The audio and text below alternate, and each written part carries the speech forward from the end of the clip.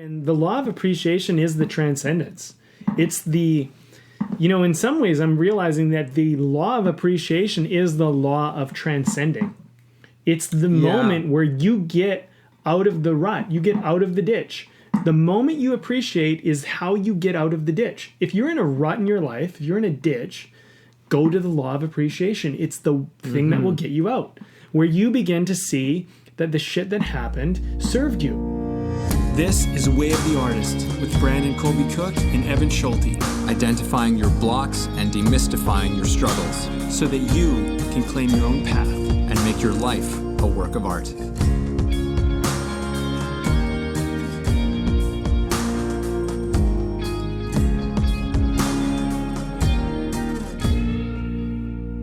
Hello, hello, hello, all you fantastic folks out there. Folks? Is folks still appropriate? Probably not, but keep going. Who knows in today's day and age? Hello, folks. Folks, yeah. Well, we got another one You're an old soul. here for you. I've been told that. So we've got what we always hope to be a good one.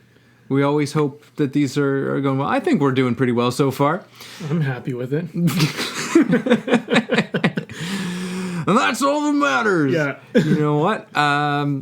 But today, as the title would probably give away, this one's all about appreciation. This one is the law of appreciation. And this is one that we've been kind of eyeballing for a few weeks now. Been where it's like, is now the time to do this one? Is now the time? Well, now is the time. Now is the time. Now is the time to do this one. And you know, it's funny. I was going to actually message you a week ago or earlier this week and say, is there a law of love? And then we were talking today and we are like, that's the law of appreciation. The appreciation is the law of love. And I was like, oh, yeah.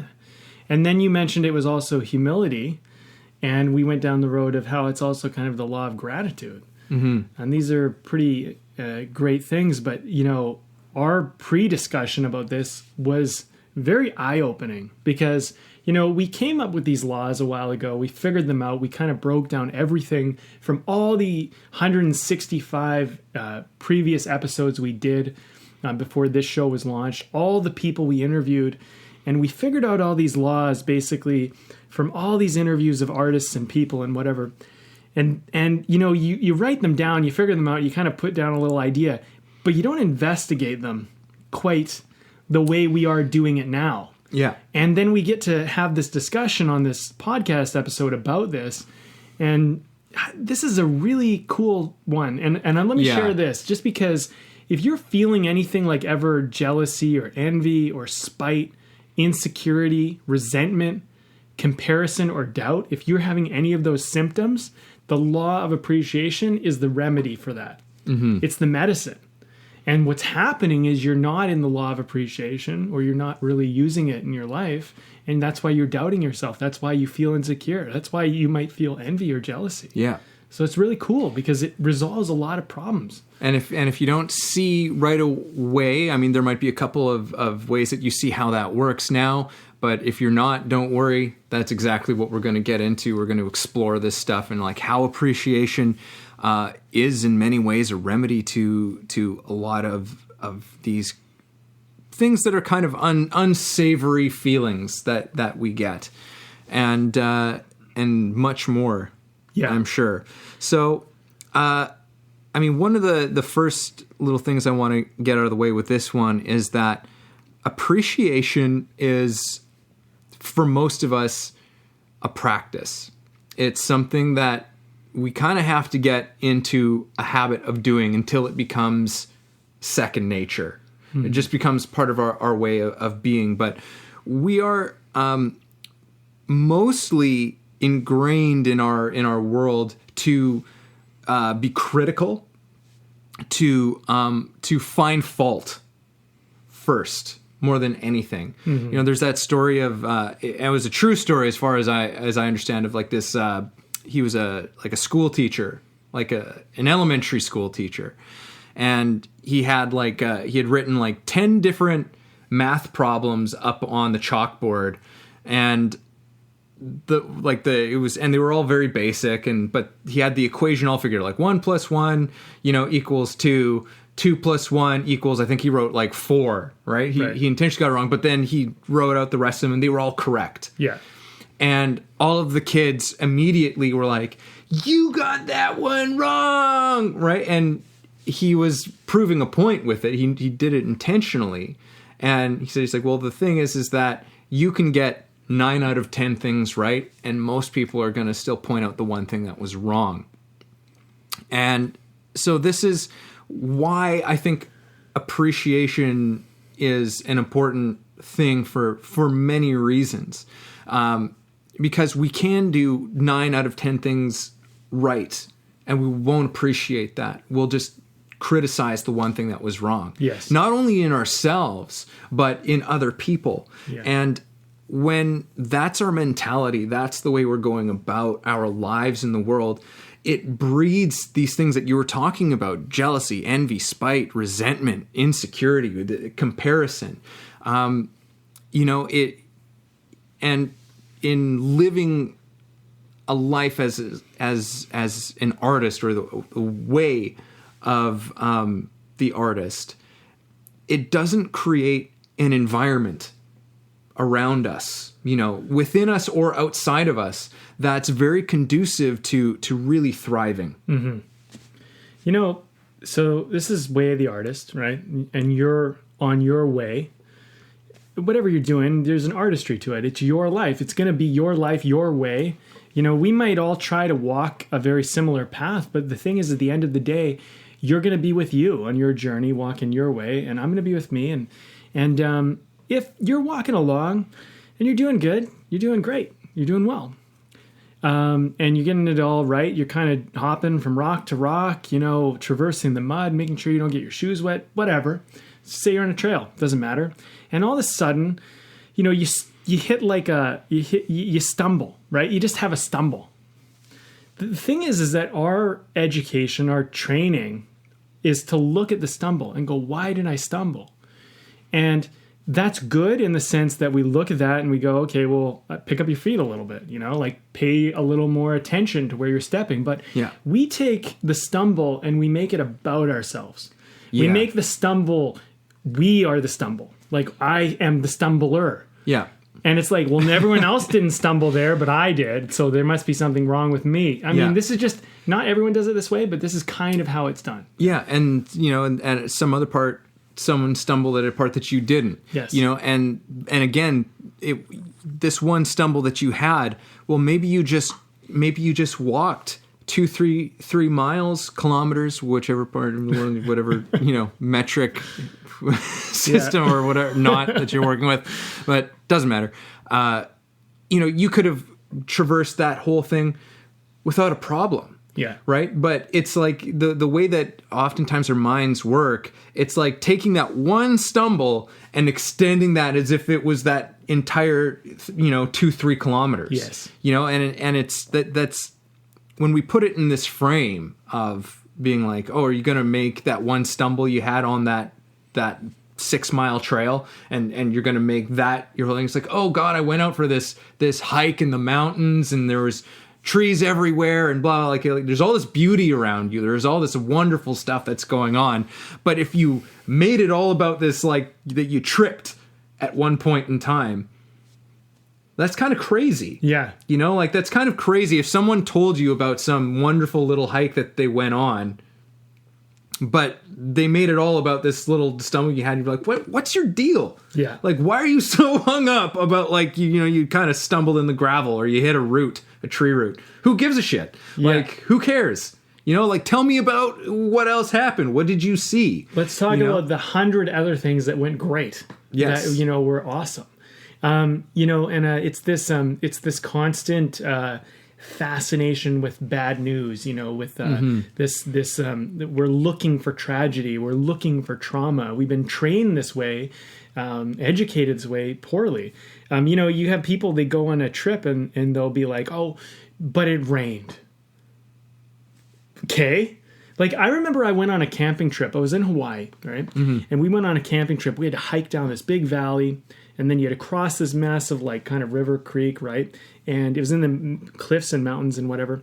Not really mountains, but cliffs, right? And stuff. And then we're down there, and we carried all this stuff.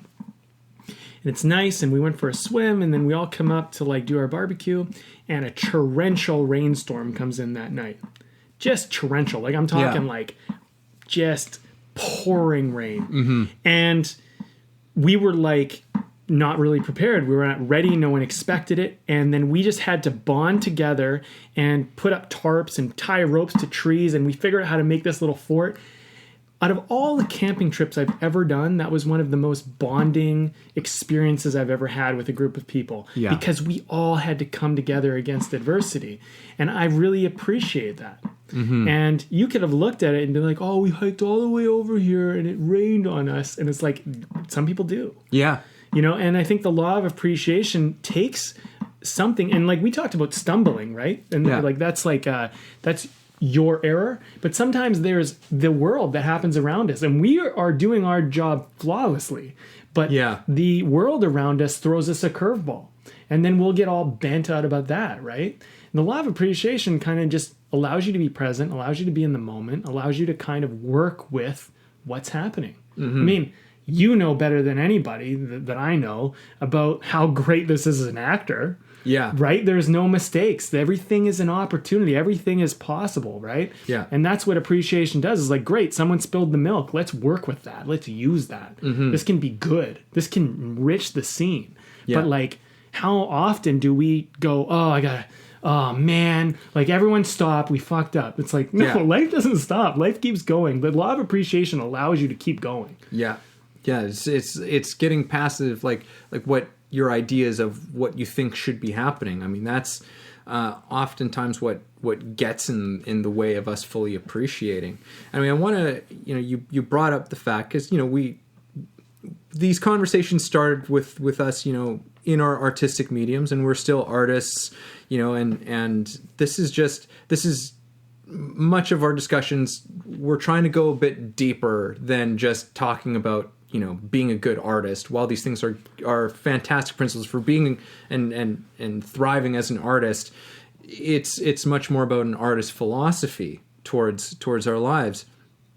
And I just want to relate my own story to this, like from years of acting, and there was a time in my younger years as an actor where it was in, especially in acting, like it's, and when you're constantly in an environment where you're sort of pitted against other people. Yeah. Especially in that audition room, you're like sitting in there with like a dozen, 2 dozen, however many people who kind of look a little bit like you. You're all going in for the same job. Yeah. And it's challenging, like it's there's a really it can really mess with your head.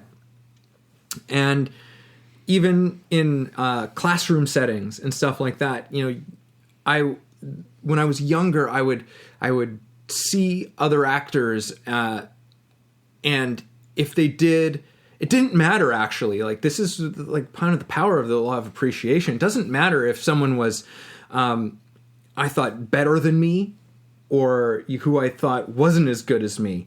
Like, what happens is that there's this comparison that's going on, right? And it makes everybody my enemy. So I'm watching other actors, and I'm like trying to just deconstruct them, right? If I thought they were better than me, I'm trying to now find the little thing, or now I'm tearing myself down because I'm like, shit, they're better than I am, right? And it creates this kind of anxiety, and that's not a great place to be creating from. Like when you're shut down, now there's a whole different side of you that takes over.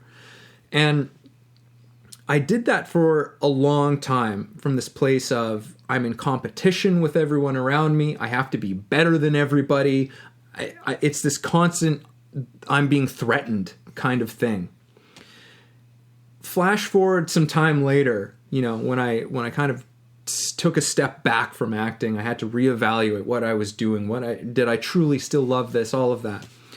And so I had decided, I'm like, no, I still do really love this, but there are some things I need to sort out. And so I went and I did this intensive class with the great Meisner teacher Larry Silverberg, and was with this group of people who were it was an incredible, eclectic group of actors. Some of them were very young, talented, still in like their university programs and stuff. Others were professors. One guy who was in there was a Tony Award-winning actor. You know, like we were all like this ragtag group of people.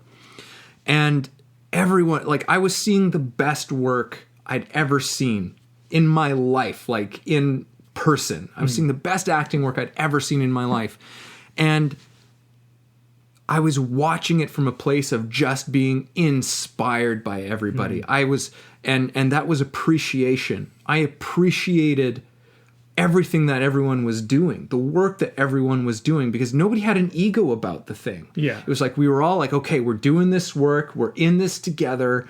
And when someone else succeeded, we all succeeded because we all got there together, you know? And it was an interesting thing that also happened is when someone else had a breakthrough, it kind of seemed like everybody else leveled up too.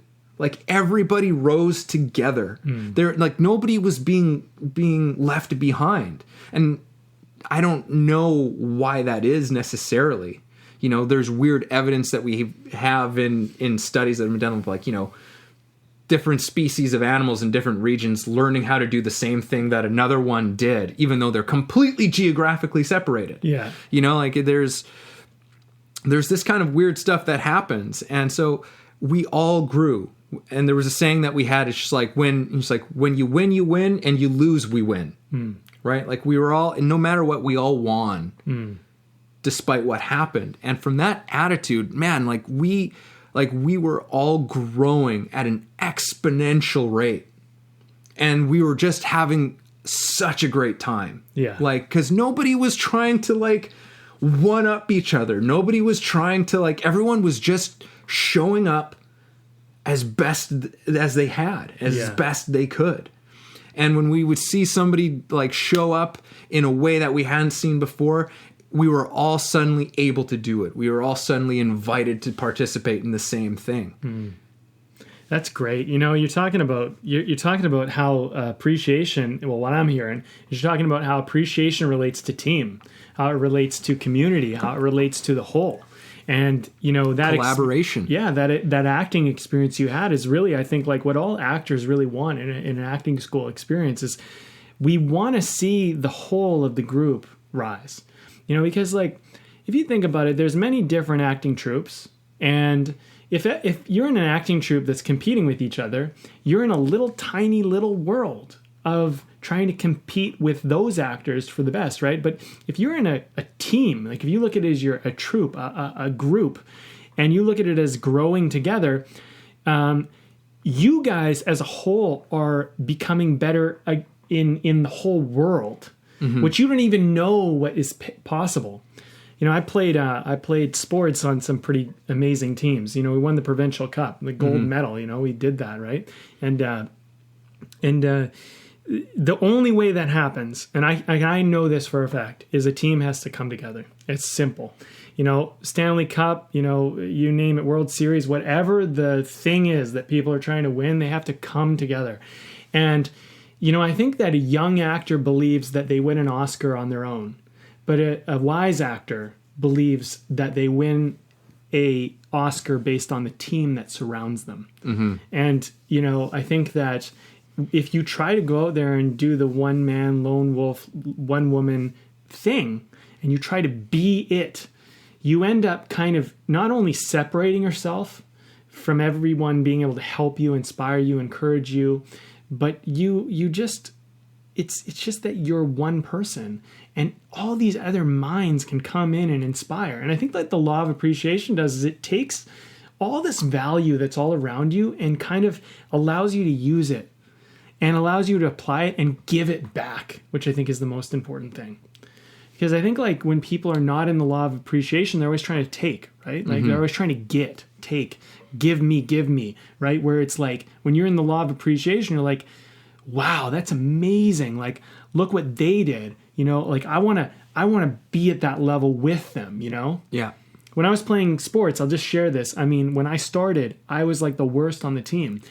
You know, I wanted to be the best, don't get me wrong, but like I was playing with these guys and they were so good. And all I could do was appreciate them because I couldn't compete with them at that point. I mean, at that point, I was not at their level.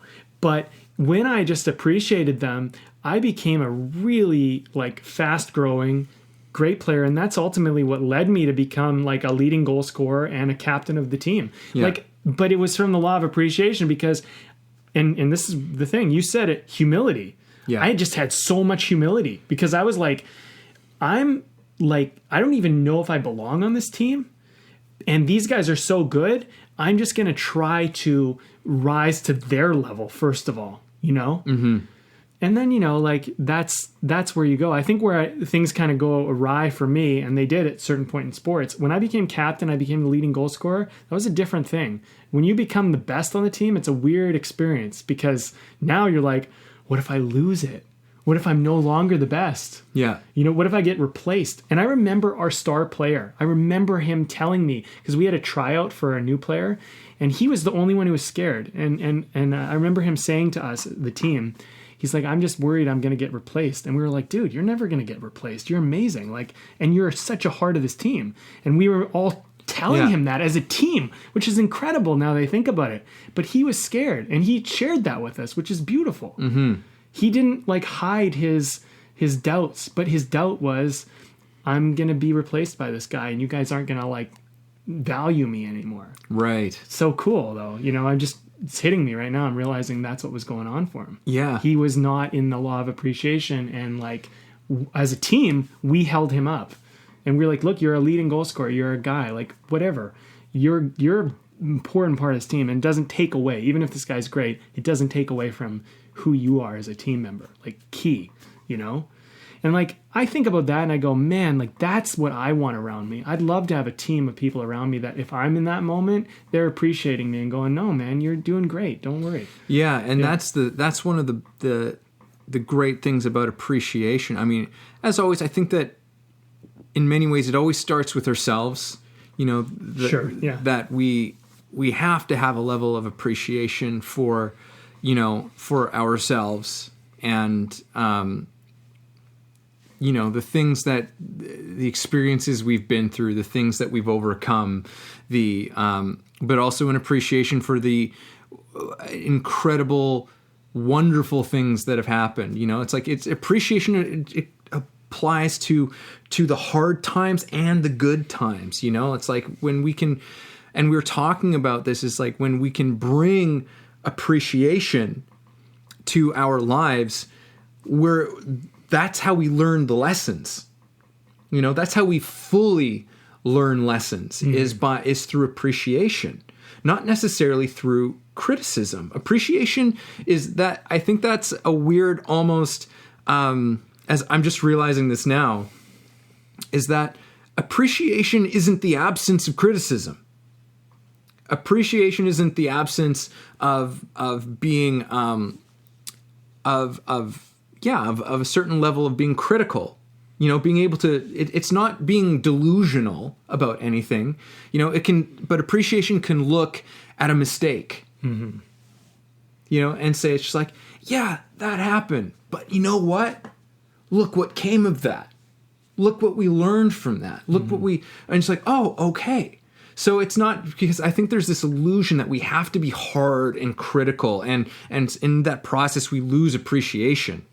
And so we still learn some lessons perhaps, but we don't get the entirety of it.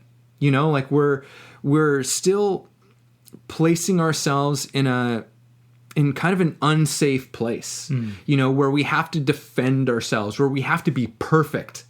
Right? Where appreciation says you don't have to be perfect. You know, appreciation, in fact, pushes us to be our best, but without getting kind of bogged down, without being burdened by having to be perfect, by having to nail everything all the time, which is kind of like what was happening with this, player who's the best. He was burdened by this thing of like, I have to be like on this, as opposed to appreciation, saying like, hey, of course you can improve, right? But look at how far you've come. Look at what you've done. And this thing is like, well, look what you can learn from that. Now you're even better. Yes. So it's always a win, right? When you win, you win. When you lose, you win. Yes. That's like the appreciation that's going on. It helps us to learn the lessons to their fullest extent. So true, man. It takes off a lot of pressure too to appreciate, because when I was a captain and leading goal scorer of my team, there's always a better player. I mean, you know what I mean? There's always, like, when you, like, for example, if you know anything about soccer, there's Ronaldo and there's Lionel Messi, right? And those two right now are, a couple of the best. And there's some other players we could throw in the mix. But, like, a lot of times people go, is it Ronaldo or is it Messi? Who's the best? And they're both incredible, but, like, both a little different. In fact, they both play kind of different positions, and they both have a bit of a different style. They both can do a lot of similar things and quite incredible play. But when you start comparing that, it's kind of like, it doesn't really matter anymore. But, like, when you look at any player who's not Lionel Messi or, say, Ronaldo, it's like they can look at Ronaldo and Lionel Messi, and the best players, they usually publicly say how much they appreciate, like, Lionel Messi and Ronaldo, because they look at those guys as that's their marker. And I can tell you this from being, like, the worst on a soccer team, it's really nice to sometimes have markers that playing on a team that's better than you, because there's so much growth that can be done. And so, like, there was this part of me that wanted to be the best and wanted to be the captain and the leading goal scorer. And it was a neat little victory I made in my life, and it was temporary. That stuff goes away too. Like, all of a sudden you get outscored one season and you're not anymore, and this happens. You're not captain anymore, or whatever. There's all sorts of things. Yeah. The law of appreciation is kind of like, you can appreciate wherever you are. And this is the big lesson I keep learning. It's like something that kind of keeps getting hit over my head right now. It's like, where I am right now is perfect. Yeah. And appreciation lets you see perfection, but not need to be perfect. Because your idea of perfect is what's messed up, not what is perfect. Yes. Yeah. Yes. Yes. Yeah. Yes. I love it. I was going to say, like, you're bringing this up through sports, like this comparison thing, because this is very much, in many ways, comparison is the antithesis. There we go. Words, love them. Antithesis of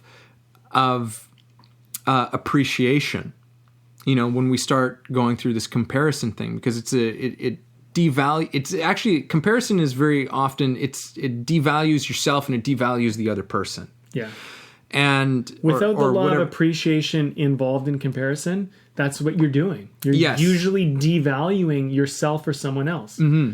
But, like, if you use the law of appreciation, what you're doing is you're actually valuing someone. Like, what if you were acting or doing whatever you're doing, and you looked at someone who was doing something incredible, maybe better than you, maybe whatever, and you looked at that, instead of going like, how am I less than? You went, how are they doing that? And, like, how wonderful would it be if I brought my game there? Because I think, like, the way we use comparison is such a, like, weapon against ourselves. We're constantly like, I mean, maybe not everyone does this, but I've definitely done this a lot, where I go, oh, like, they're so good, and I'm like, not. It's like, what am I thinking? Like, I'm kidding myself thinking I could do that. It's like, what a terrible way to use comparison. Mm-hmm. But appreciation goes, whoa, look what they did. I wonder if I could do that one day, Yeah. Yeah. And it's just like, I want to push myself to do that. And especially, I mean, I would say in almost anything, especially, like, for an artist, the whole comparison trap, because it really is a trap. It's what we're comparing to. It's like, what are we comparing it to exactly? Like what is the idea? Like we come bringing in all sorts of baggage along with our comparisons. And if you were to take two great expressionist or impressionist painters, you say and look at them, it's like who was actually the better? Well, in what way? What do we mean by better? Because then we're starting to analyze things in a very funny kind of way. Mm-hmm. Because you're comparing the brush strokes of this painter to the other, the technique, what exactly is that we're comparing? How are we saying that this is better? And the thing is that in that whole process, while you're doing this, you're not really looking at either of them mm-hmm. for what their original intention is. It's art is meant to be taken in its full image. It's meant to express something, to speak something. And while we're doing this whole comparison, it's like, well, who's expressing more than the other person? You're not really looking at what they're doing. Yeah. You're not really taking it in. Just, I'll say the same thing for actors too. There's, especially in theater, there's plays that they get brought back all the time, right? Because they're classics, because there's still something very relevant about these stories. And so there's a lot of great actors who play the same role, over the years. And if you get lost in things of like, oh, well, it was really incredible how they did their performance like this, right? Or, man, when they said their line like this, or when they did this on the stage or whatever, that's also superficial, yeah. To one degree. And really always and it's also, again, it's a weird way of looking at things and analyzing stuff, because for me, when I look at actors, it's like, well, it's how someone said a certain or particular line is really trivial because it's really what's underneath of it, right? It's like, who brought an incredible truth to this? Who brought something, such an incredible aliveness and to this performance and to this story that it struck me, it hit me. Mm-hmm. That's really the only way that I can gauge this, but not based on somehow doing like a side-by-side comparison of being like, well, they were more like this and they were more like that. It's like, well, were they both truthful? Maybe one spoke to you more than the other, but to say necessarily better or worse it becomes a very sticky place to kind of navigate. And you have to start to wonder if there's much value in it at all. It's the whole thing about comparison is like it brings out all sorts of these feelings, right? Like, I mean, they say, I've heard many times that comparison is usually the fastest path to pain and doubt and fear and a lot of the things that cause issues for us, right? Because, I mean, I think Way of the Artist, one of the ultimate messages we're coming down is like, you are the way. And you can continue to look at other people and appreciate their way. But at the same time, that's their way. Yeah. And your way is your way. And like, if you're an actor, and we're just on that, for example, you could be a director, a writer, or a variety of other things, is like, I think you want to be very careful about being like, I want to be like this person. Because maybe you want to have a similar thing, or maybe you resonate with their expression. But someday, if you really follow this to the end, some kid is going to go, they want to be like you. Yeah. And your way is totally original and totally unique. I think the law of appreciation also has an originality factor to it, an authenticity part, where it's like, look, at this point, I can share this from my own personal journey. At this point, I really appreciate the path I'm on because it is unlike anyone else that I know. And although sometimes I read books and I see other people who have lived a certain life and their life has gone a certain way, nobody's has quite gone like mine. Mm-hmm. I mean, and I'm just going to share a couple points, a couple takeaways in case this is someone's first episode. my parents, when I was like 14 years old, we were millionaires. We had a mansion. We had Porsche, boat, camper, like 3 backyards. I had an indoor soccer field in my basement. We went from that to living in a trailer park. I appreciate that. We lost everything. We went from riches to rags, right? This is an experience that not a lot of people have had, but I've had it to the extreme. From eating literally, I'm not kidding you, filet mignon, fucking traveling to Hawaii, doing all this stuff, having anything I wanted, to living in a trailer park, eating peanut butter sandwiches because that was all we could afford that week. I went and I experienced both. I appreciate that because it gave me a certain kind of understanding of money and understanding of family and bonds that I never would have gotten had it only stayed on one of the paths.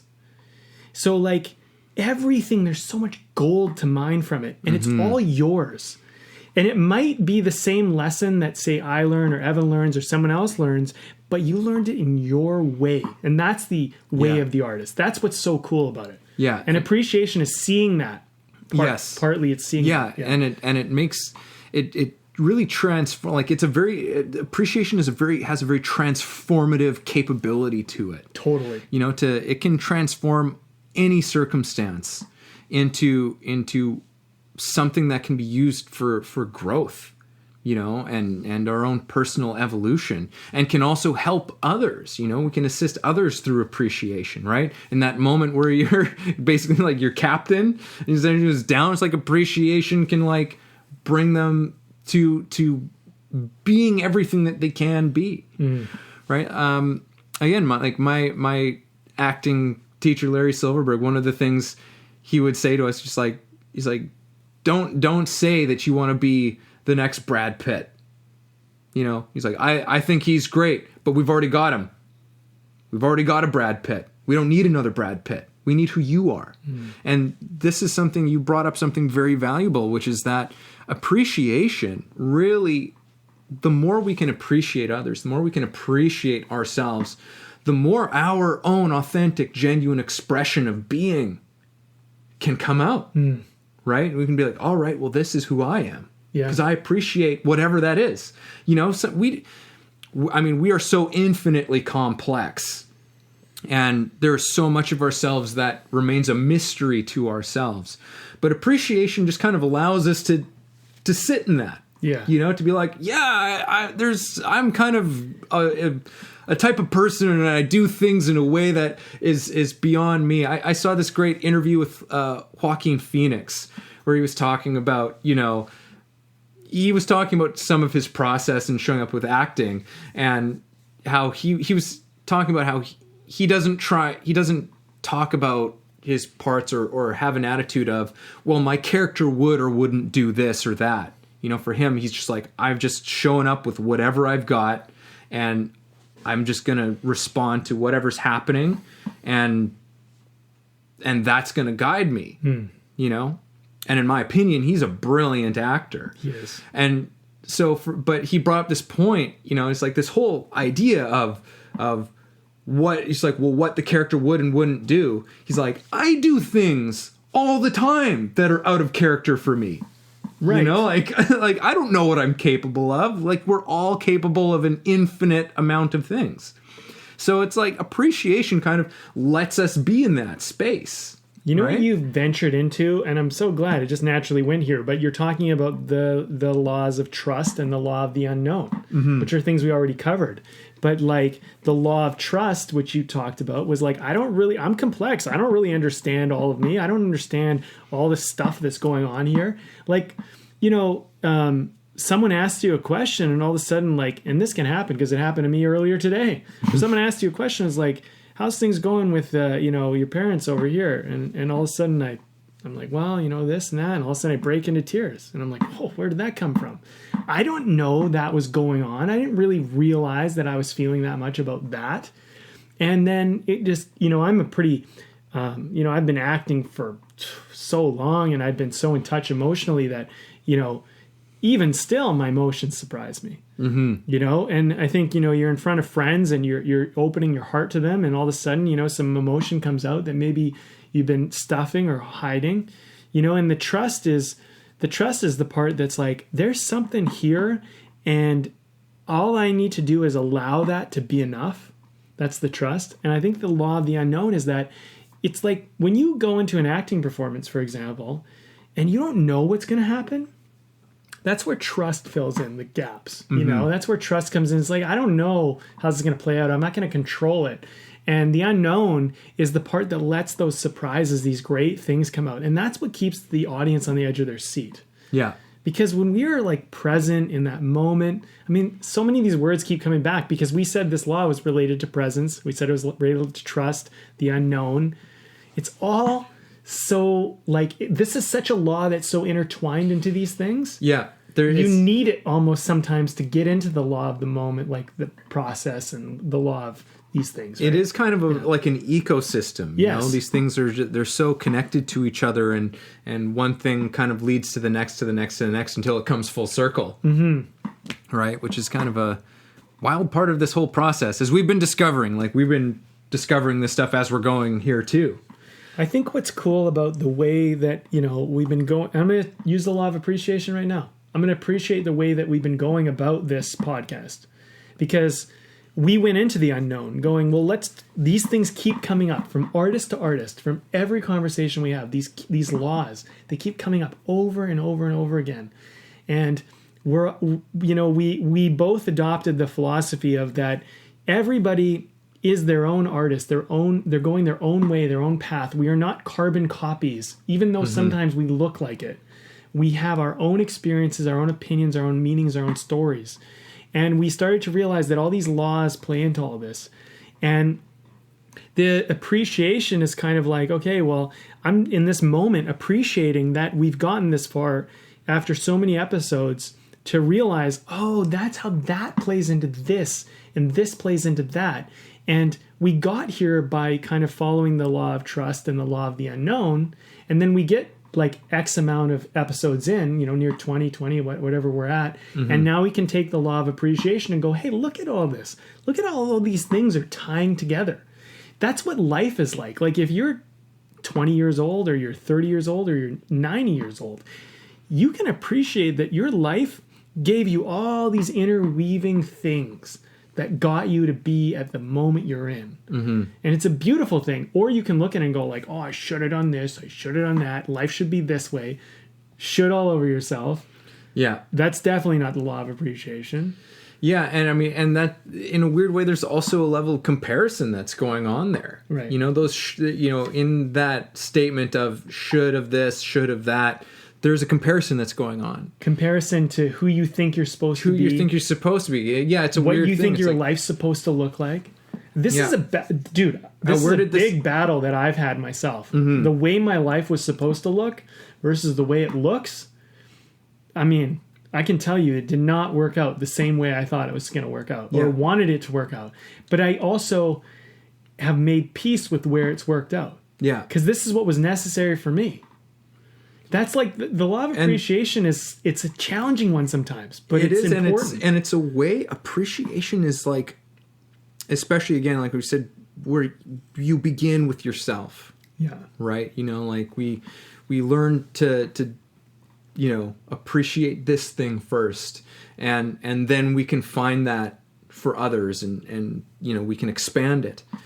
But it's, and I've heard this sort of sentiment before. I can't remember where exactly, but you know, this whole thing of comparison.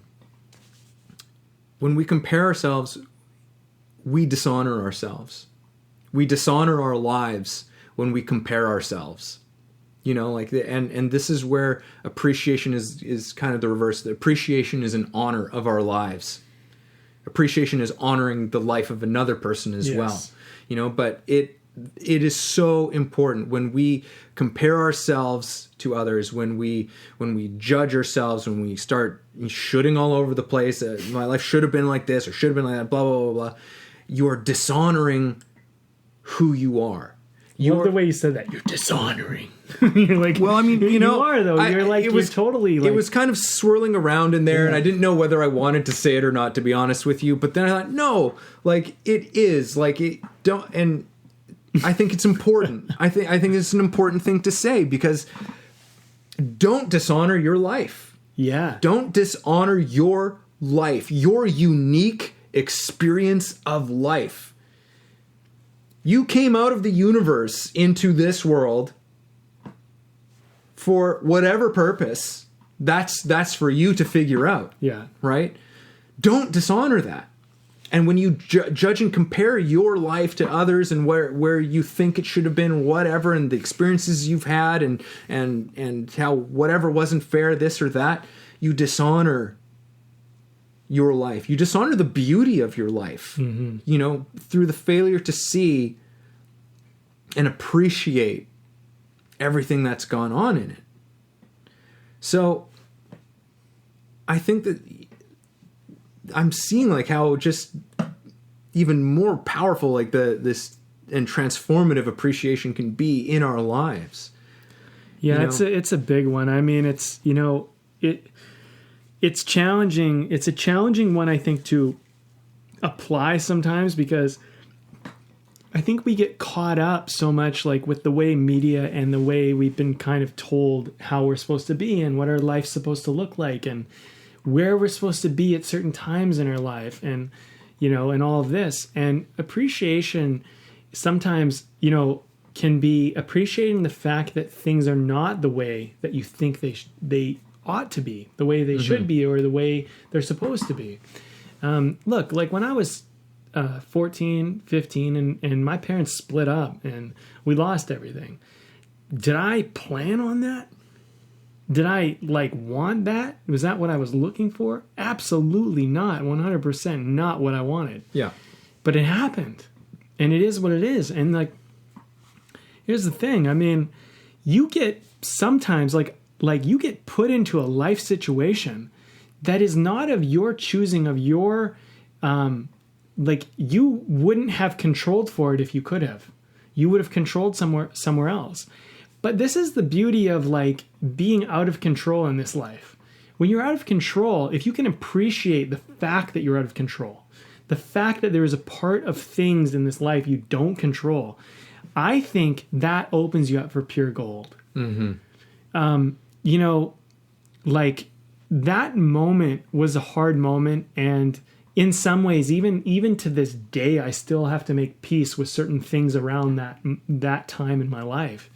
But there's so much gold to be mined there if I'm in the law of appreciation.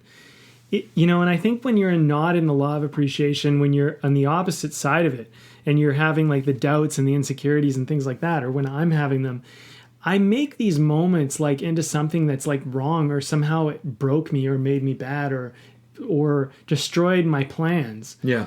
And I think like, you know, you don't know what's going to happen. Yeah. You know, you don't know how these things are going to play out, and you don't know why. But like, there may be a day, and I think this usually happens, where in hindsight you go, "Oh, so great that happened." Yeah. You know? And that's usually the case. They've done lots of stuff. I can't remember who the TED Talk was, but there was a study that was done on some, of like, and people you would think like, what? Like, how could you, like, people who've been through, you know, horrible tragedy, or like, you know, been left out of a situation where you're like, oh my God, they must be just like kicking themselves for having lost out on that. And they're not. They're like, no, I'm glad it didn't happen. You know, like that. There was one story that was brought up in this particular talk. I wish I could remember who it was, but they're saying like there was, before Ringo, the Beatles had another drummer. Yeah, totally. And to this day, he's just like, no, it's I'm so glad it wasn't a Beatle. Like he was, you know, so no matter what they found, like in retrospect, we look back on these things that you could say like, that was a horrible turn of events for me. But they actually, for the most part, we actually look back on these things and say that was the best thing that could have happened. Mm-hmm. You know, I just want to bring out like my own personal story as you've been, you know, sharing. I feel like I need to share more personal stories on the story. Share Brandon. away. I think people would love to get to know you more personally. I was, in my first couple of years in high school, I was bullied. Like, I was a very small kid, and I was bullied, and I'm sure a lot of people can probably relate to. It's probably one of those things that's actually the most common. I was being bullied by the people who were supposed to be my friends. You know, they were like the people I was hanging out with, and I put up with that for years of getting bullied, just getting, like, you know, pushed around and made fun of and whatever, and putting up with it. And until I hit a point where I was just like, I'd had enough of that, right? I had enough of that. And I basically, one day I just failed to, like, show up at lunchtime with all of them. I just didn't go with them. I went and hung out with one kid who I'd sort of made a bit of a connection with. And it's like, all right, let's just go and have lunch. And I haven't stayed in contact with that person, but that person introduced me to a group of people who are still my friends to this day. You know, who were the groomsmen at my wedding. Yeah. You know, one of them my best man. You know, and so it's so often that people say to me, "Oh, you're still friends with people, like, you're some of your friends from high school?" I'm like, "Yeah, like, I'm still good friends with like a group of them." Mm-hmm. You know, like, we're still close. And it's an uncommon thing, as I've come to discover. It's an uncommon thing for most people. And as you're talking, I was just kind of looking back on it. It's like, yeah, you know, that was something I wouldn't have asked for consciously. I wouldn't have asked to be bullied and teased and whatever by a group of people who are supposed to be my friends in my life. But looking back at it, I was like, you know what? I am so thankful, because I learned so much from it. I learned about what it is to have people who are real friends, what a real friend actually looks like, and how trying to be popular, because that's what was going on. You know, like, they were the popular kids, so, like, be friends with the popular kids, and how that's just a stupid game to play, you know. And I learned all of this stuff, and I can appreciate, you know, at the time I didn't look at it in this way, but I appreciate the courage that it actually took at that time to because they were all of my friends. Yeah, they were my only friends, quote unquote, you know, like, good friends, no, but they were my only friends. And I walked away from them, you know, to being like, I don't know. There's this kid. I know this kid. He seems all right. and that was it. That was all I had to go off of.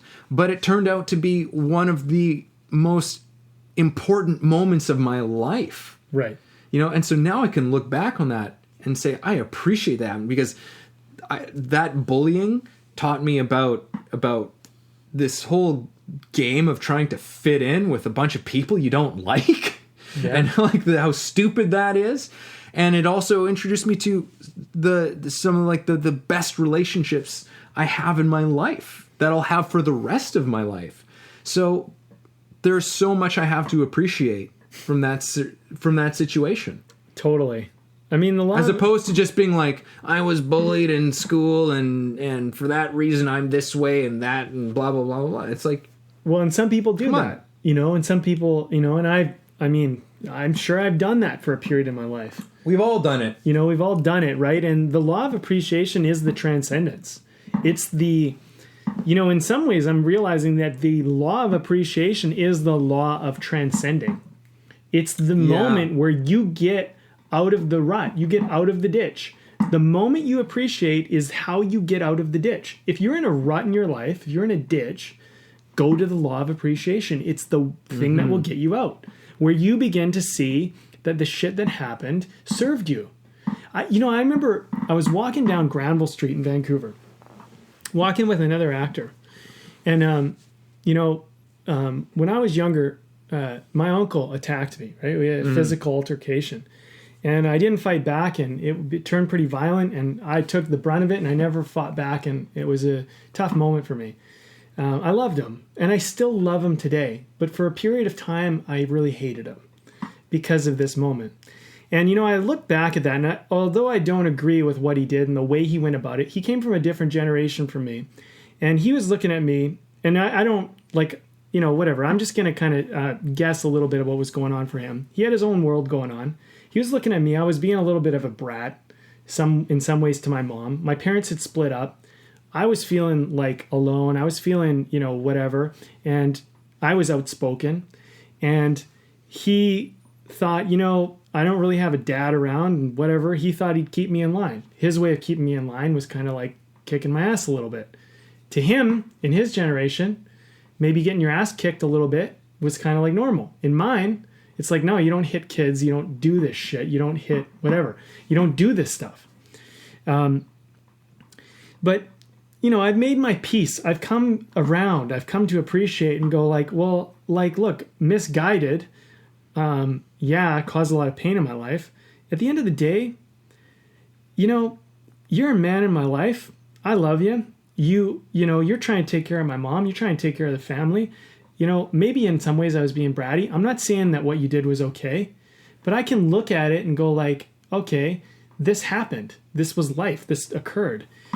But I was talking to my friend. We were walking on the street on Granville, and I said to him, this is good because I'm going to use this in my acting. And I was telling him like, it really taught me what it's like to really feel kind of betrayed, to feel like, whatever. And he turned to me and he said, I love the way you look at life. And I said, what do you mean? He said, you just turn everything into something that serves you. And the thing is that that time in my life, my parents had split up. We lost all their money. My uncle had attacked me. There was a bunch of shit that had happened. It was just like a shit show for a few years. And I think it was a survival mechanism. I just learned the law of appreciation. I was like, well, I better turn this into something that serves me because the something alternative... that's useful. Yeah. The alternative was sit in my room and be depressed. And the law of appreciation saved my life. I didn't know I was doing it at the time, but I kept turning everything into something that would serve me. And I've come a long way from that moment. But I think the law of appreciation is one of those things that sometimes we don't even know we're doing it, but it is really a lifesaver. Because when you're in a ditch, when you're in a tough place, appreciating what's happening is a great way for you to evolve the situation. And whatever your cross to bear is, we all have a cross, is take that cross and make it serve you. Because, the alternative really sucks. Yeah. And I think that also another angle on this too is that, because there is always something that you can find to appreciate about any situation. You can find it, I think, if you look hard enough. And like you said, it's the most pragmatic and useful way to go about it. But I mean, even in the moments that we're not necessarily so proud of, we all have those, I talk about how I was bullied. Well, for a period of time, I bullied someone for a period of time. It was a moment I'm not proud of, but I can still look back on that and say, you know what, but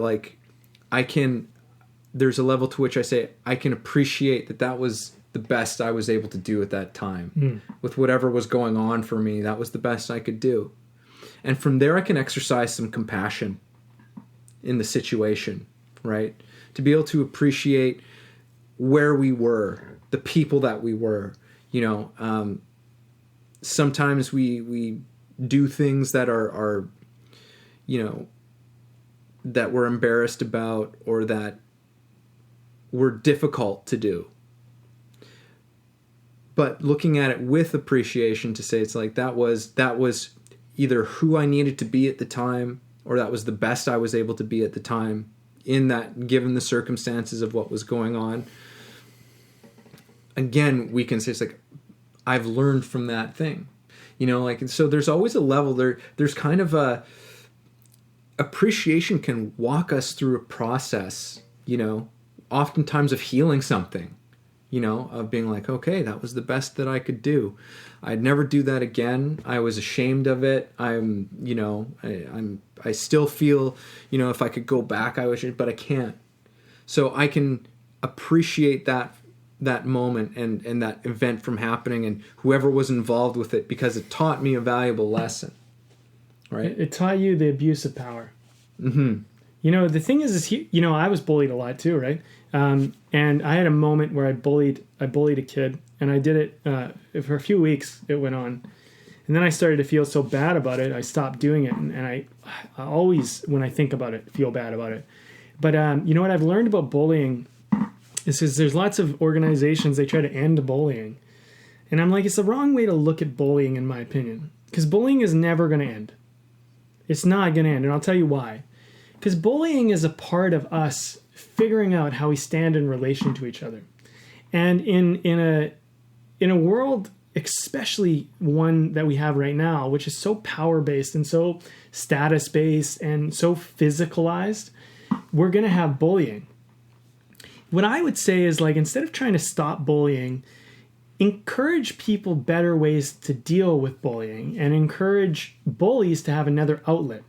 But don't make it wrong, because here's the thing, I always got along with women a lot better when I was younger. And women are much more like, talk about your feelings, talk about things, talk it out. They don't tend to be as at least in my experience, they don't tend to be as outright confrontational as men. But I have some buddies, and they're real guys, right? And if I give them a compliment, they're like, oh, that's weird. We compliment each other almost by making fun of each other. Right. And I've learned that that's a much more appropriate way for men to kind of work with each other. Like, we always kind of keep each other on our toes a little bit. It's not really bullying, but it's like we push on each other a little bit. And I think men have a way of keeping each other in line by kind of, and kids that don't know how to be, like, when they're bullied, what happens is, in my opinion, is they didn't learn how to shrug stuff off and how to play it back. So, like, a kid comes up to you and says, like, good job, dumbass, or something like that, right? Or you idiot. And it is, you can take that personally and go like, oh, I'm an idiot. He's calling me an idiot. I'm stupid. That's a very, like, sensitive way to take it. The thing is that when a bully comes up to you and says something, if you know that, like, that's not necessarily... Let me try to explain. Everybody's trying to connect. Here's the bottom line. Everybody's trying to connect. The bully is trying to connect. So if the bully picks on you, in a weird way, the bully's trying to connect with you, but just not on your terms. So So this is the problem. We have fucked up terms about how people are allowed to approach us. Look, if you want to come up to me and you want to say, Brian, you're a fucking idiot, blah, blah, your podcast sucks, blah, blah. I'm like, great. Why do you think so? Like, you could say the fucking worst shit to me. Yeah. Honestly, will not matter. Because to me, I know how to deal with this stuff now. When I was younger, I didn't. In some ways, bullying taught me how to face the world and not allow things to kind of penetrate so much. Right. And so, like, look, if everybody's trying to connect and not everyone knows how to connect, the thing is we need to open up our terms. So I'm going to give one more example, but on the opposite. A woman comes up to you and she asks you the time. You're interested in this woman. Maybe you're not interested in this woman. She's coming up to ask you the time. Now, is she asking you for the time, or is she asking you to talk to her? Because a woman isn't usually, in our culture, going to come up and ask a guy out.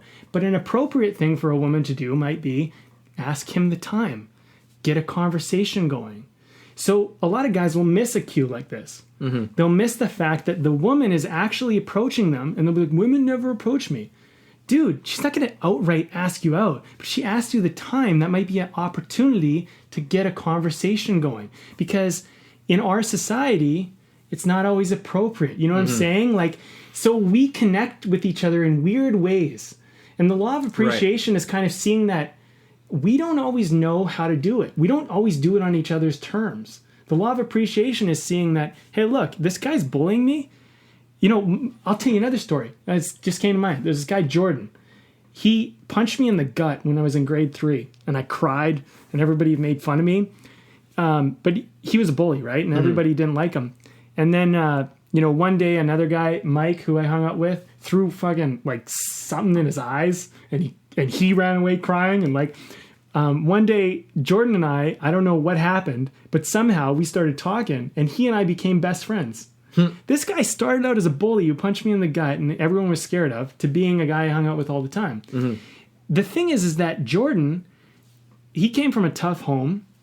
And I think what happened was he was trying to connect with people, but his way of connecting was to kind of like push you and bully you and do whatever. That's all he knew how to do.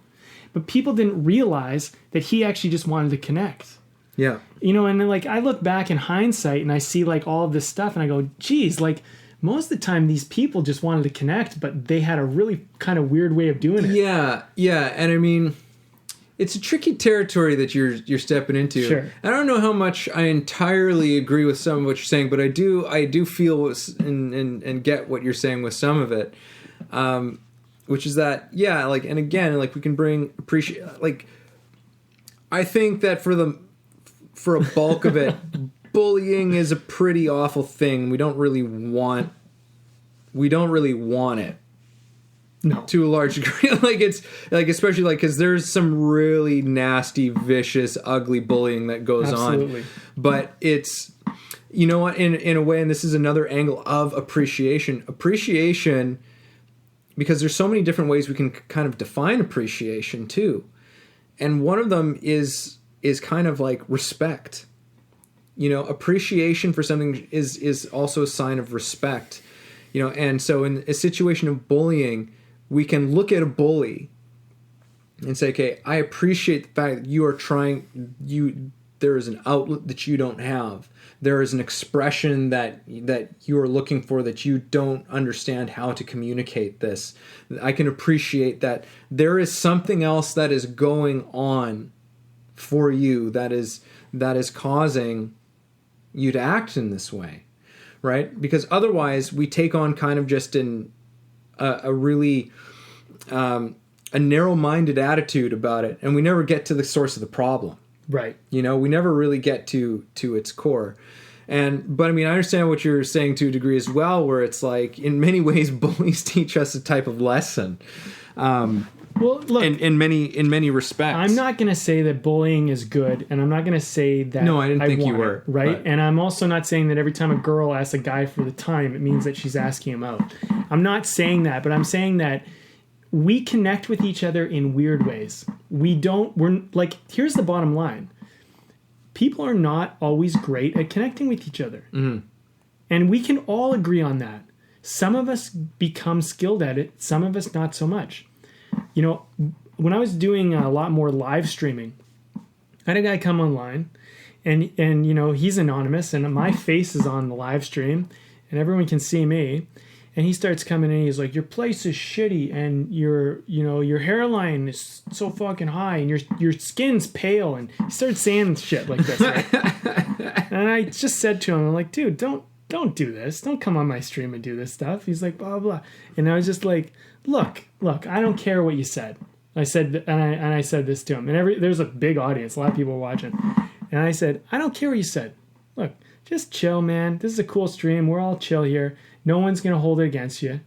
And, whatever, man. Like, I get it. You're just trying to come on and connect. And he turned around. And he said, it's my friend. He's being an asshole. I'm sure it was the same guy. I'm pretty sure. But he's like, my friend's being a dick. And then he started, and we had a conversation. Yeah. But here's the thing. That guy came on as a troll, trying to, like, make fun, do whatever. And then I just turned around and said, look, I don't care. Like, whatever. You said some shit to me. Like, I'm not going to hold it against you. And I just made peace with it and told him, like, look, whatever. Maybe he excused it because he was embarrassed and said his friend did it. Maybe his friend actually did it. Mm-hmm. But the thing is that you can turn an event around when you just look at, and this is where I think it comes in, the law of love, the law of appreciation. What are you trying to do? Like, like you can look at your bully and your bully's making fun of you. The person's insulting you. And you can go like, what are you trying to get here? Like, what is in it for you? Like, because all they're trying to do is make it about you when they bully, right? Keep turning it around on them. Just go like, by saying that, what do you get out of it? Like, what are you trying to do here? What do you want? And what'll end up happening is you'll disarm them because like people are, there's one thing about people is that we're really in it for ourselves in a weird way. I mean, we're all kind of a little selfish, and this is good. So selfish is a great thing to be aware of, because self-full in some sense, you just give the person something. You go, well, what do you need? What do you want?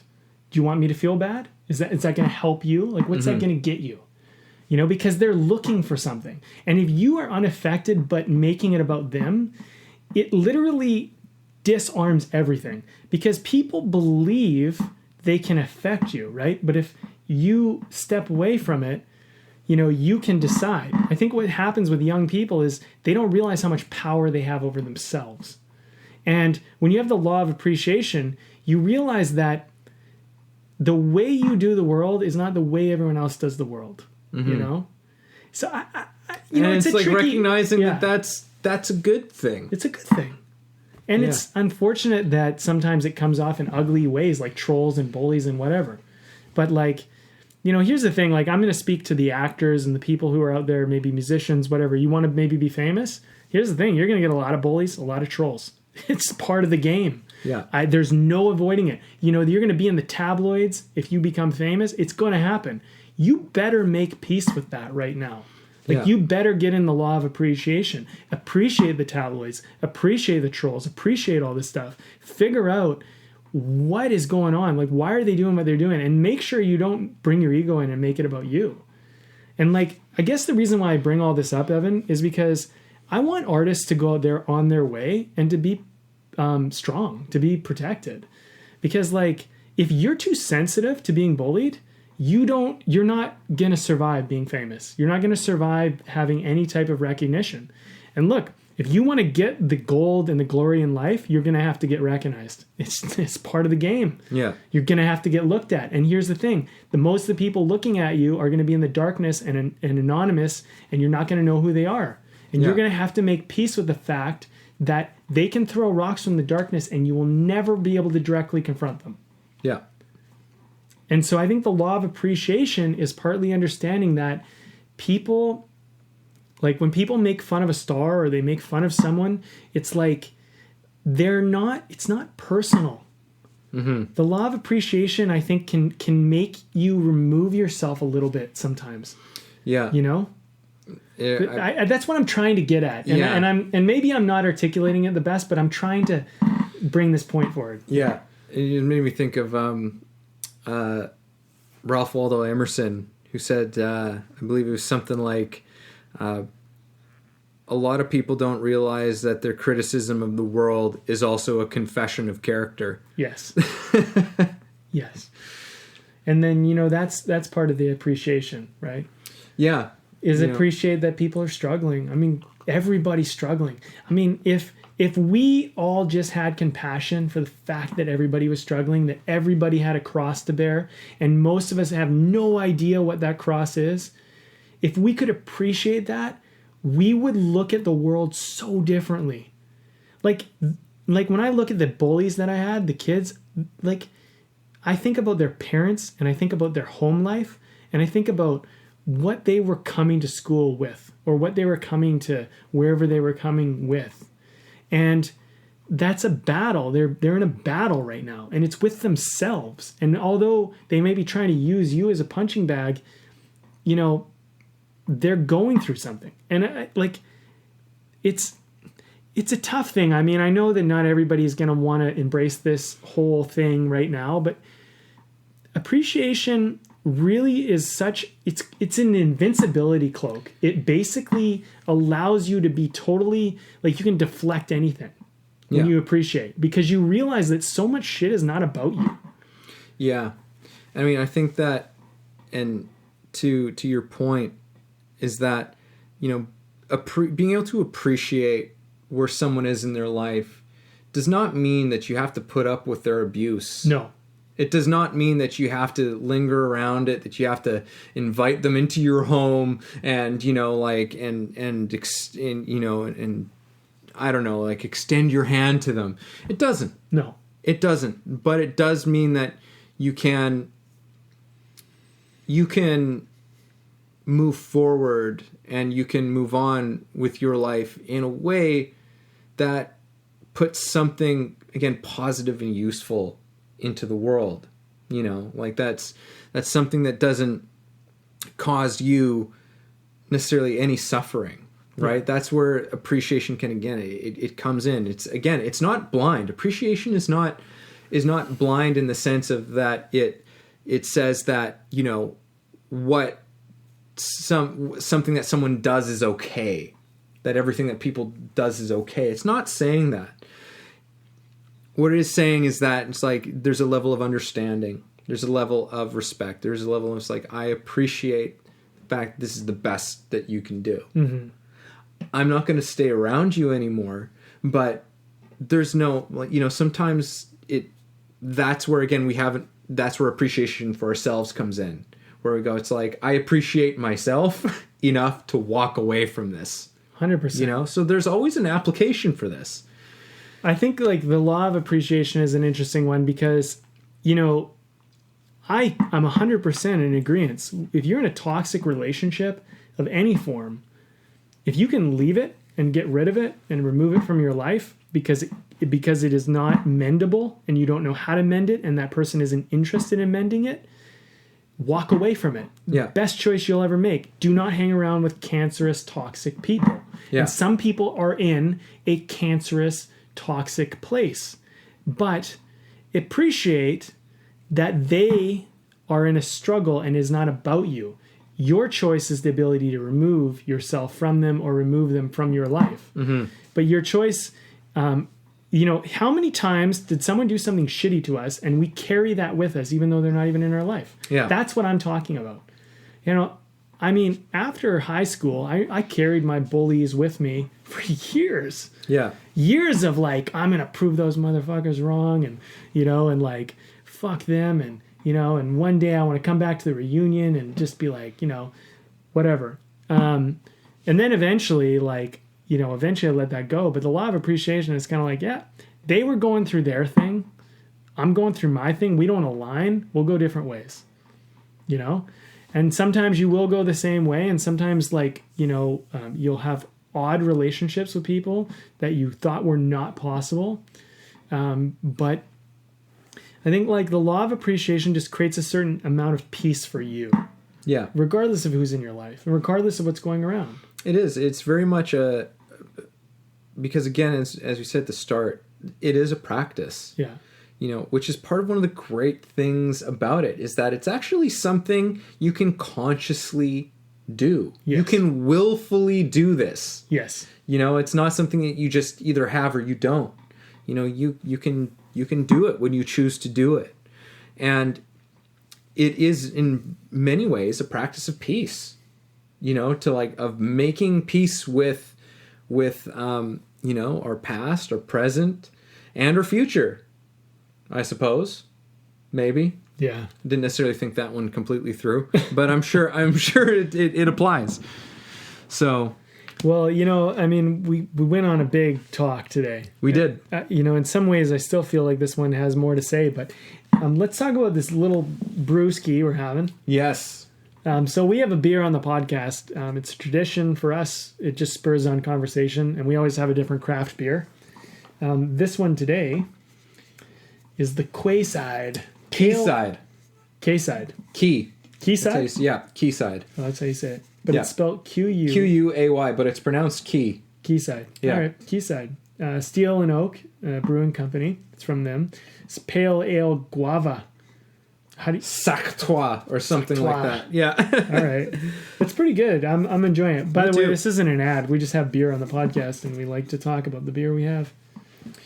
Yeah, it's nice. It's kind of got that guava flavor, and it's a nice beer. Yeah. We've been doing a lot of these like fruity kind of summery beers because it's been summer. Well, it's the season for it, so episodes. it's you know, eventually that season will change. Yeah. As we discussed on our last podcast. I just don't feel like having a dark, you know, like beer. You know, right now I just want these like light, like lagers and pale ales and hefeweizens because it's summer and it's warm out. You know, Totally. It's been good. Okay, so we talked about a lot. Let's try and summarize and then wrap up our key points here so people can walk away with something. Yeah, I mean, Yeah, we got into a lot with this one, and it had a real rabbit hole. Like it opened up. Yeah, it really opened up into more and more and more and more and more. Yeah. So I don't know. Like it's for me. Like I'm really realizing just how transformative, bringing this practice more into your life it can be, because it can really open doors to all sorts of possibilities. Like there's just to look at any situation we have in our life, but like to any situation that we have in our lives, to the times we look back on as difficult, or the times we're in now that we might find difficult, and say, it's like, well, what is there that we can appreciate about this, right? That can help us heal something. That can help us see the bigger picture of something, learn the lesson, and move on, get out from the rut that we might be in.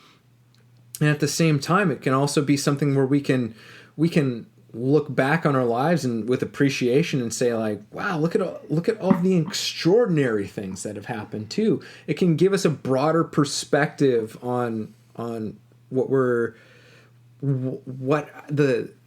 life has how it's shaped and been shaped. And we didn't so much talk about this on this episode, but before we got into this conversation, we were kind of touching a bit on that point, about looking at having an appreciation for the good things, and how we focus so often on the things that went wrong, and the things that, are like, oh, I'm in this situation because of this happened, and I am this way because of this trauma, and because of this thing and that thing. And we get so caught up in looking at that we stop looking at all of these other things. Just like, oh yeah, I remember, playing baseball in the summer with my family, and that we were always playing games and stuff like that, or this, or, there's all of these wonderful, bright things that were there too. And how, if we can begin to see those things more in our lives again through appreciation, how that really changes the broader picture of who we are and the reality of what our lives actually are. That's great. I think I think what I'll say as far as appreciation goes is that you are this person that has a plethora of experiences, both happy, joyful, sad, angry, up, down, whatever. And because there's range, that's what gives you such room, such an environment to play. And, we didn't really talk about how this is related to the law of play. And I'll say two things. One is that and I don't know if we talked about this either, but when you're in the law of appreciation, you're not in conflict. You're not in conflict with anything anymore, because you appreciate everything, so there is no conflict to be had, which is why it diffuses bullies, why it diffuses just about everything. So when you're not in conflict with others, you're not in conflict with yourself, you're at peace, you're in essentially love, the state of love. In the state of love and peace and trust is safety. And that's where play exists. Play exists in a safe place. And I guess, if I'm going to leave people with a thought, I would say this is just the awareness that I've had. It's like I'm an actor who's constantly looking for my stage. And I'm like, when I get there, then I can perform. Then I can be on stage. Then I can be in the play. Not realizing that I'm in the play right now. I'm actually in the theater today. It's happening right now. And I'm acting that out on the stage. Even the part of me acting out, wishing I would find the theater. And so the law of appreciation, I think, can make you kind of look and take the moment in and kind of be like, oh, I'm right here, right now. Everything has given me this moment to play and do life. Because here's my question, and we never asked this, but can you get the lesson without the appreciation? Like, can you actually get a lesson without appreciating what it took to get the lesson? Can you actually do that? And I don't think you can. I think you have to have appreciation before you can learn, before you can get the lesson, before you can take value. So every bit of value you've ever gotten came from some form of appreciation, which we can deduce down to gratitude, humility, and love. When you're in a state of love and humility and gratitude and appreciation, that's when you learn, that's when you grow, that's when you become whatever. That's when you get to play. That's when you remove doubt. It's freedom. Freedom is in this law. And so, like, you know, I hope that people will try to go away and go like, well, how can I appreciate this more? This horrible, take the worst event in your life and try to appreciate it. Try to find nectar in it. Try to find the thing it gave you. I mean, you become a champion of life. And that's one of those lessons I've been relearning and learning right now a lot in my life, because, you know, I worked through a lot of stuff, but I've been having a recent battle of like, but if things worked out this way, or things happened that way, or if this person did this or didn't do that. And what I've come to at this point is like, well, if I can appreciate that everything happened to allow me to be who I am now today, to play the way I can play today, then it removes kind of everything. It removes all the conflict I'm in. So I would hope that people could maybe remove the conflict from their life by going towards this law. And, you know, maybe it's not going to happen overnight, but, you know, you said at the beginning of this, it's a practice. So begin to practice appreciation, and I think it will begin to take form. Beautiful.